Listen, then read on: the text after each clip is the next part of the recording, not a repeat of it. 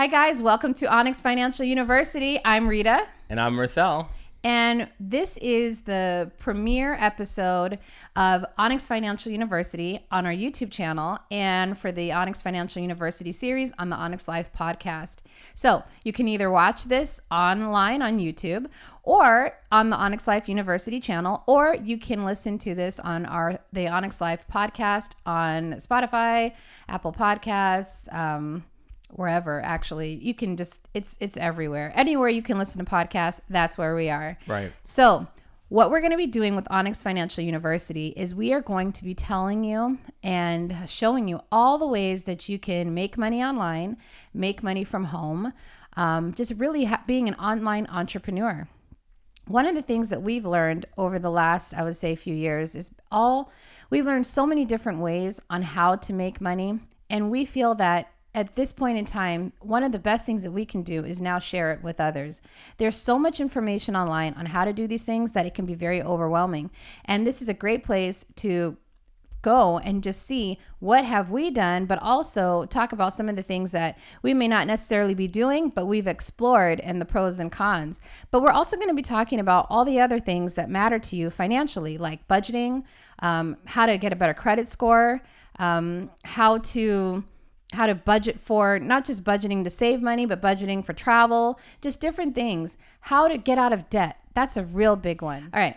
Basically, guys, one of the reasons why you're going to hear not just about our financial life, you're going to hear about our parenting, you're going to hear about marriage, you're going to hear about all the many things that make up a life, because finances bleed into everything. They can influence where you live, where you work, what to do in a crisis. They can influence how you parent. They can influence your relationship. I mean, everyone knows that the number one cause for divorce is financial problems. So we're going to tell you some of the things that we've gone through. And it's only really by the grace of God that we are still together, because we have been through it all. I think that not only does finances bleed into the rest of your life, but I also think that the decisions that you make in your life also majorly can affect you financially.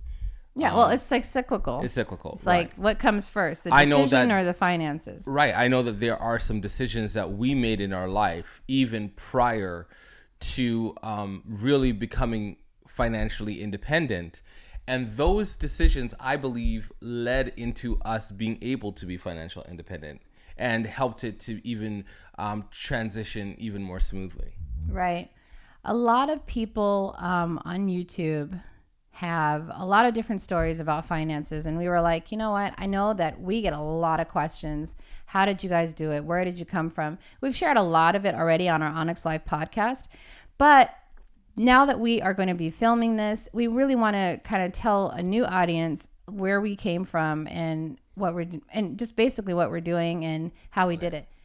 So we created a media company, and from this media company, we were able to achieve a lot of things that we will be talking about on this. Well, it first started out as just a YouTube channel, and then it grew into something more. Once I figured out, like, whoa, not only can you make money from this, but you really need to get it together with trademarking and taxes and all the many things that make up incorporating, obviously, to really make it an actual sustainable company. But before we get into that, I do want to talk about like who we are. So Mirthel and I have been married this year for 22 years. And again, when we talk about finances impacting decisions, we were married. I was really young, guys. And we married also within the first year of knowing each other. So can you imagine the fallout financially when we decided that we were going to be grown folk and get married? Right. Yeah. We have 4 children: Shalom, Sinead, Sade, and Shiloh. We have a nickname that everyone calls her Shasha for Sade. So, you know, basically Shalom, Sinead, Shasha, and Shiloh. And we run the Onyx brand. We have Onyx Family, we have Onyx Kids, Onyx Life. We have this is on YouTube. We have PLAYONYX, which is a gaming. We have CardioNYX.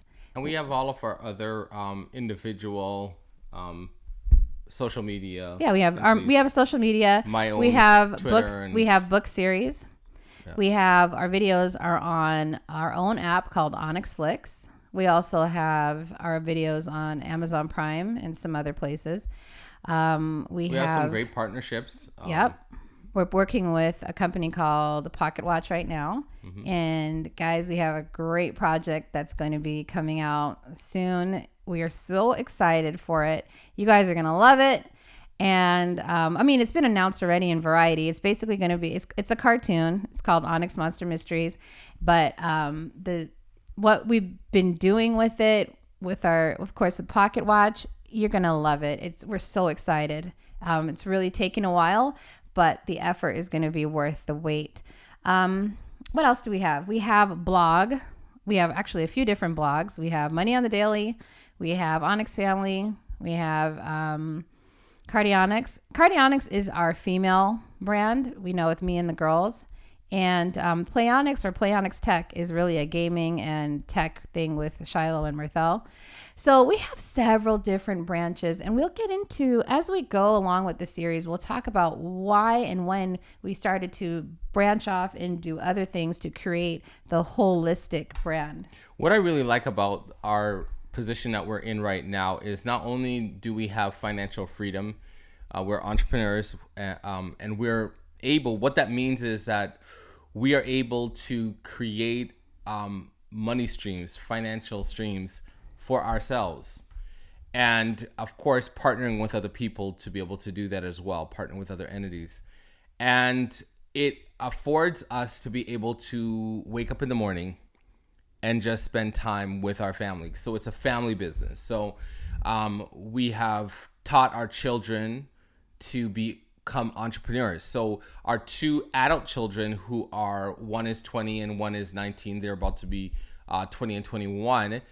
They made the decision that they were going to be entrepreneurs as opposed to going to post-secondary education and college or university. And, you know, here we all are doing this. A part of our younger children's homeschooling is to also learn the principles of business. And so a portion of the day is committed to them, you know, being a part of that business, whether it is learning how to write, whether it is learning how to edit something, learning the business of online business. All of these things are all incorporated into our lives. And so what becomes really special, especially for me, is that I get to spend time with my wife and my children on a level that we never had before. Right. Okay. So let's really back it up for a bit. I am from Los Angeles, California. Where are you from? I'm from Toronto, Canada. So I am African American. You are? West Indian heritage. Okay. Why don't you say Jamaican? Caribbean heritage. Jamaican, Caribbean. I haven't heard one Jamaican not say, yes, I'm from Jamaica. So anyway. But I am that Caribbean was a really heritage. lousy, I am Jamaican heritage, not. That was a really lousy accent, right. Was it? I'm sure if I was born in Jamaica, I'd be like, Jamaica. But I mean. You wouldn't know it because it's all Jamaica around here. Anyway. So basically. Proud of my heritage. So basically, that influences the way we look at money. You might not think it does, but it does. We came from a different background. You came from, what were your parents? Jamaican. No, your career-wise. Oh, my father. My father was a pastor, a minister of the gospel, and my mother was a RN, a nurse. Right. And I was raised really by my grandparents. And so when you're raised by your grandparents I can't say this for everyone. In my life, being raised by my grandparents, at that point, they were just very financially stable. There was no like scrap, you know, like when you're young, you got to like scrap and you got to make all these sorts of sacrifices and stuff like that. I didn't have that. I stayed in one home for 18 years, went to private school, had violin lessons, viola lessons, was in the band, was in the chorale, went on vacations all around the world. So that's the kind of background I had. So can you imagine when we got married? Well, I came from a background where my parents were immigrants. They moved to Canada from Jamaica, both of them. and they were first generation Canadian, well, I'm first generation Canadian, so they were immigrant Canadians, and so they had to kind of make a way for themselves, and they were that first generation to make a way for themselves. So everything was more difficult. They had to first get their education in order for them to be able to make a living, and then pay back student loans, and and buy a house, pay back debt, everything, and make major sacrifices. And there was no parent, because my grandmother, she was just a stay-at-home mom back in Jamaica. Right. And her father was a farmer. Like, right. They weren't making tons of money to help out. Right. And so they literally were starting from scratch. And so when you start a family and you start from scratch and you're an immigrant and you're a minority, well, basically there's a lot of you that know what I'm talking about. A lot. This is the struggle life. Right. So I did not go on these European vacations. A vacation for us was, let's jump in the car and let's see where we can drive if we had enough gas to get there. You know what I'm saying? Right. And it was you, and I know you talked about that you guys would take food with you. Oh, absolutely. So it boiled down to, there is no fast food, stopping off at Mickey D's. No, it was like you're boiling rice and peas that you're bringing with you, and you're fixing, all the stuff of soup with ground provision in it, and potatoes and dumplings and beans and all that kind of stuff, and you're putting it in a thermos, so that you're able to keep it warm and drink it while you're traveling. Guys, sometimes I feel bad. Possibly 30 miles up the street. Sometimes I feel bad because it was such a different experience for me. Going on vacation was like right. So Rita will be telling me about how, when I went to France, when I went to Hawaii, like 5-6 times. Like, me is just like when we drove across the border to Niagara Falls. Well, guys, the thing is, though, when we got married, I was basically baptized into the struggle life, because that was when my life changed, like, completely. And then I now found out, like, whoa, okay. And I knew how to struggle. So it was no wake-up call for me. It was a wake-up call for her. And so it did create this dissonance between us, because I had already known the struggle life. So if I had to struggle, I was just like, yeah, this is obvious. We're eating potatoes this month. It's obvious that we're not going to eat out, because that's how we're going to be able to save in order to balance the budget. And she's just like, why can't we eat out? Okay, well, there's this thing called a credit card. Why can't we go to the movies? And we'll just pay it back. It's like, duh. Why can't we do these things? Why can't we just, guys, I was run this card? Super immature. I was super immature. And it was just. But wait, I think we should talk about, though, what age I got married. Right. So we met, like we said, we were married the same year that we met. I was a freshman in college. She was 18. Yes. When I first met her, she was 18. Right. And I basically got married at 19. Yeah. So she turned 19. Right. When we were already planning the wedding. Right. So, yeah, guys. So imagine a teenager. Like, I can't imagine my children getting married at that age. I just can't. So, yes, there was a lot of drama from my family. Like, when I announced, hey, everybody, I am getting married, everyone was like, what? Right. It was a mess. It was a mess for a while. But my family loved me. They got to know Mirthel, and I think at first they were unsure of, like, what is going on here. But guys, sometimes I feel like they love Mirthel more than me now. But I'm just saying. Nah, they love her like to bits. They're very proud, but they love Mirthel. Very proud of her. So, and you know why? Because Mirthel's a cook. We'll get into that too. But Mirthel's a cook, so whenever he comes, it's like, what's Mirthel gonna fix? Anyway, the way to the in-laws' heart is through the stomach. But I will say, guys, getting married young it's really not for everybody. It really is not. I wouldn't say I can't say I don't recommend it, and I can't say I recommend it. Because to each their own, we've been able to basically grow up together. And now we're middle age and we've been through a lot. But I will say our faith is the center of our relationship. No, there's no like major advice here. I agree with you. There's no major advice to say if you get married young, then and if you should wait till you're older to get married. I just think that if you get married, it's a commitment. That's it. It's a commitment, because one way or another, if you get married older or you get married young, you're gonna have challenges, and they're gonna be unique challenges depending on which way you go. They're going to be unique challenges. You just have to be committed, period. Yeah, you really do, because it was a battle. You're going to go through things. And to top it off, when we got married in December. I think I got pregnant on the wedding night, because exactly 9 months later, Shalom was born. And I got to tell you guys that financially being, let's see, did I turn 20 at that point? I had turned 20. She was born in September, so I had just turned 20 for a few months. So, being married, turning 20, having a first child, it was all like in a matter of just like a couple of like less than a year, and it was just a lot. And so in order to cope, I don't think budgeting was on my mind.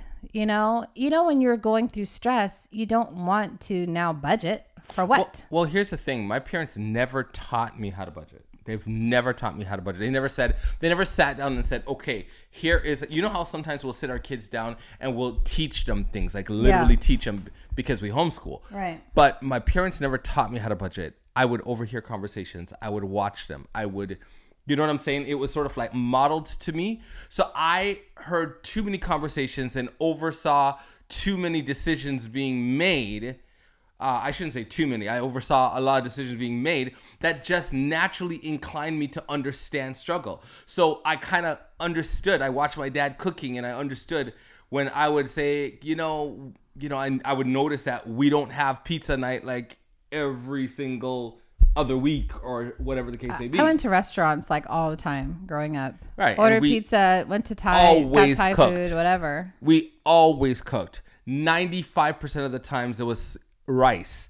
And I mean, we had home cooked meals too, but we never said, oh, we can't go out.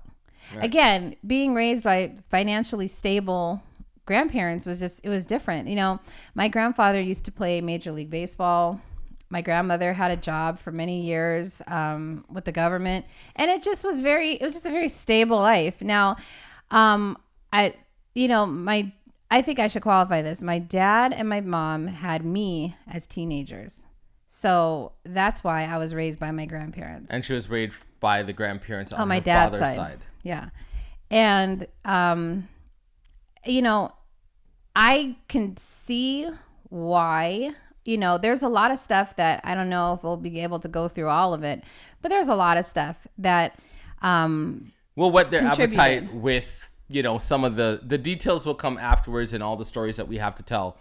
But definitely just those differences, African-American, Caribbean, raised in a stable home financially because, they had been either a retired baseball player or someone who was close to retirement and had already established himself versus immigrants who are coming in and now establishing themselves. Different economic situations, different cultural backgrounds. You're probably wondering, how did we even meet? Even age. Me being 4 years older than you, or close to 4 years older than you. You are 4 years older than me. Well, I'm probably shy of 4 by 3 months. No, July, you're August, 4 years older. 2 months shy of being 4 years older. No, you're not. You are just straight 4 years older than me. No. I'm born in June. You're born in September. Right. 2 months shy of it. It's 3 months, 3 years and 10 months older than you. 2 months from June is August. So 3 months then. Shy of 4 years. I'm not getting into this. Anyway. Yeah, I'm 4 years older than her. Anywho. And that was really actually evident. So we met in college. As we said, I was a freshman. He was a junior. Even though he's 4 years older than me, he started college a little bit later. So he was a junior when I was a freshman. And when we started dating, he was always working. Now for me, I was I had actually had a full 4-year scholarship. everything paid for with money left over. So again, I'm coming in from a financially stable home. And then on top of that, now I don't even have to pay for college. So I was there to just have a good time. Now, honestly, I should have done a lot better. That's a whole nother story about what I did in college. But I will say that after meeting him, I thought, oh, maybe it would be great if I worked. And so I worked for a while and then I got tired of it. And I was like, why am I working? Like, I don't have to. Like, I think I'm going to just be done. But his mindset was, you can't just stop working when you're tired. You can't just be like, nah, this isn't for you. You got to stay working. And so from that point, I started to see like, oh, okay. This is different. This is different the way we think. It's yeah. definitely different. And you guys might think, oh my goodness, was I dumb or was I just, it wasn't that. It was just, I had a different mentality on things. I just felt like if I did not have to work, why should I work? And why should I be, hurting? Like, this is the thing. We were working at something called like a snack shop or like a burger it was like joint. a fast food place on Right. campus. And we'd be spending hours on our feet over a grill. I mean, this was the hardest I've ever worked. So I was just like, this is not for me. And he was like, we got to go. It goes to show you that where you can come from. I know a lot of people say, oh, don't get married until you're, established. Mm-hmm. And frankly, the way I saw it was, I really love this woman and we want to be together. And we were like, we'll do it together. Like, yeah, we'll grow together. We'll grow together. We'll build our empire together. And so we started on minimum wage. I was making maybe $5 an hour. When we were at the snack shop, that's what it was called. We were making $5 an hour, and it wasn't cutting it for me. After a while, I was like, I need to find another job. So I found a job at a Barnes and Noble, and I worked between the Starbucks and the regular part of the store, and I was making like $5.25 or something like that. And we were like, oh my goodness, we're moving on up. Right. We are moving on up, man. It was huge. And to see us being completely financially independent right now, and just being able to make the kind of money that we make, I would never be able to dream that we would go from making minimum wage together, flipping burgers, to do what we do right now. Never. And to be financially free and to be able to do so much right now. I would not dream about the kind of money that we make right now. I couldn't even dream. No, I couldn't either. And even after we left the snack shop, of course, we went on to get our education. We went on to get our degrees. I became minister, like my father was a minister. And I went on to get, 2 masters in order for me to achieve that. And I also became a marriage and family therapist. I got my master's also in marriage and family therapy. And so, and Rita, you became a nurse practitioner. Right. And ended up getting her bachelor's and her master's as well. And then we were both enrolled in our PhDs. Right. And then we said to ourselves, why are we doing this? Why are we spending more money on school? Is this really going to give us anything more? If we're not going to make more money. Right. Because by this point, we were done with titles. Right. Titles don't necessarily bring you money. Or happiness or right. Or influence that, right. whatever influence that you need to achieve your purpose. Right. Or your vision or your mission in life, a title is one of the least things that you need. Right. And so there it is. We experienced what it was like to live at poverty level. We experienced what it was like to live a middle class life and the struggles.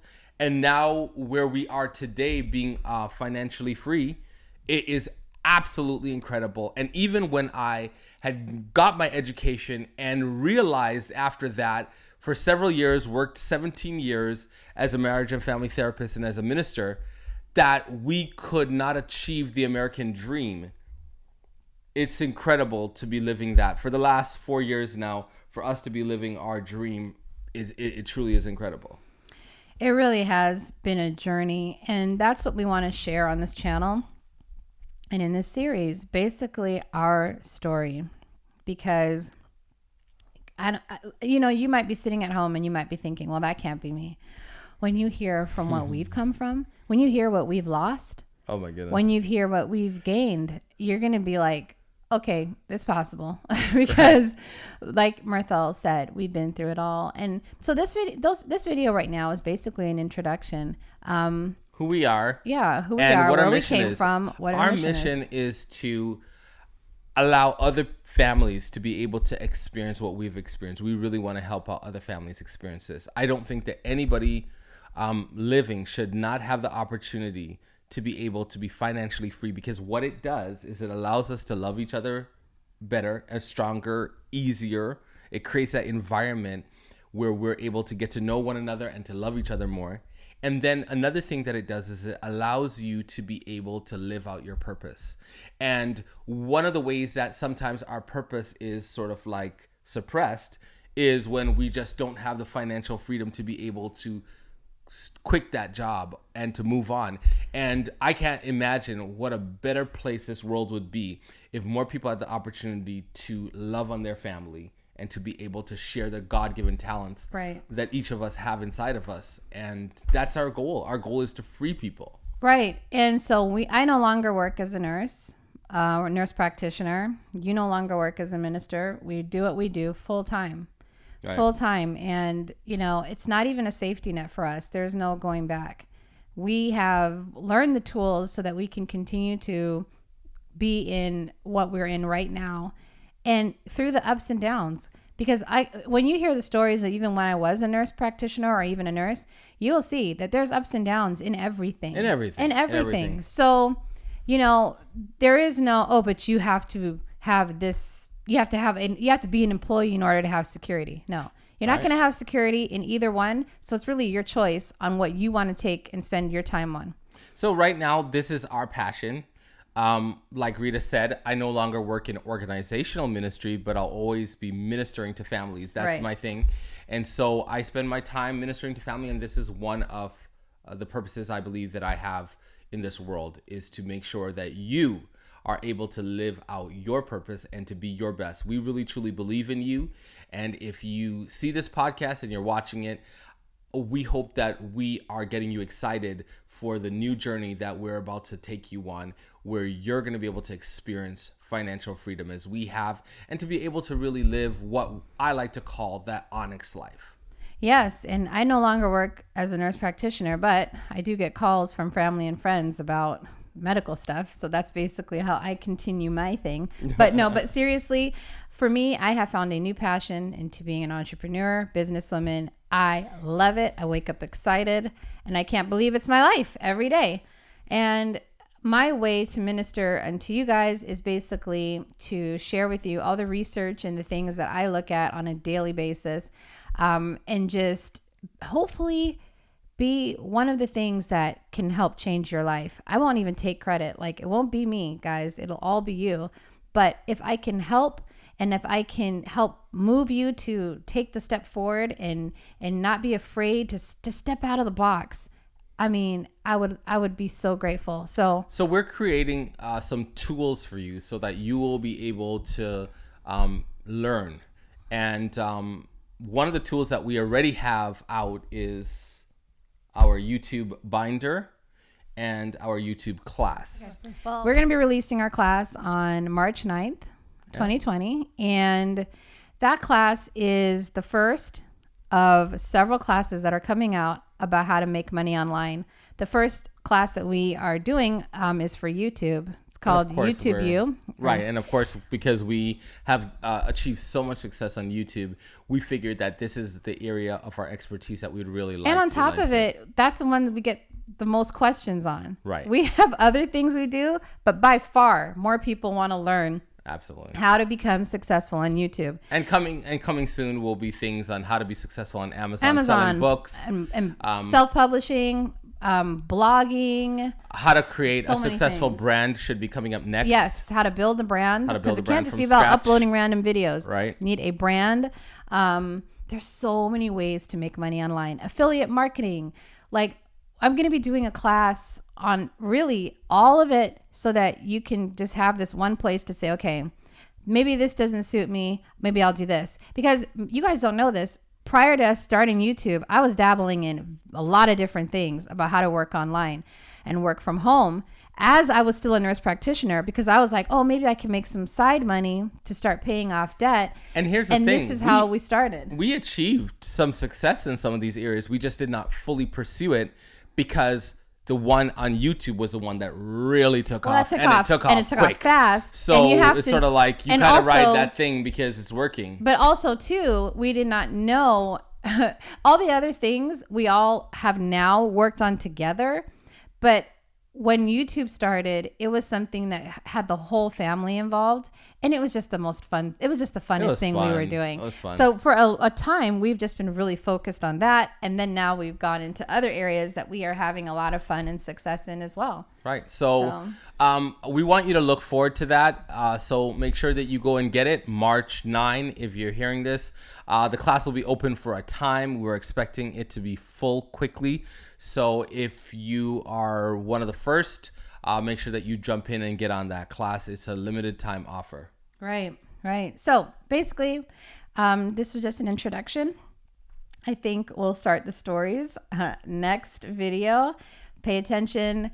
And don't forget to like, subscribe, and share if you're on YouTube. And leave us a review if you are listening to this in a podcast. And go ahead and share it if you're also listening on a podcast. Thank you so much for joining us today. We cannot wait to help change your life here at Onyx Financial University. Absolutely. And thank you for joining us. And also, why don't you check out Onyx Family, Onyx Life, Onyx Kids. Those are our YouTube channels. Or check us out on our vlogs, and also check us out on our Instagram and our Facebook. Right. And that will be Mirthel Onyx and Rita Onyx. Yes. All right. And of course, don't forget to check out Onyx Financial University channel. Absolutely. There's a lot of places to find us. Please. Just put Onyx in. All right. Talk to you later. Bye, guys.